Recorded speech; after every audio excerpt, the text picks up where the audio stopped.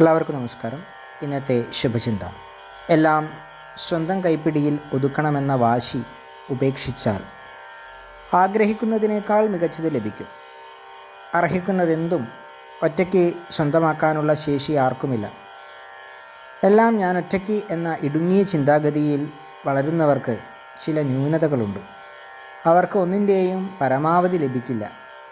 കൊക്കിലൊതുങ്ങുന്നത് മാത്രം കൊത്തി ജീവിക്കും. സഹയാത്രികരുടെ സാധ്യതകളെ അവഗണിക്കും. സ്വന്തം കഴിവുകളുടെ വിപുലീകരണം അസാധ്യമാക്കും. ലോകം എല്ലാവർക്കും വേണ്ടി വലിയ വിരുന്നൊരുക്കുമെങ്കിൽ എന്തിനാണ് ഏറ്റവും ചെറിയ പാത്രവുമായി നിൽക്കുന്നത്?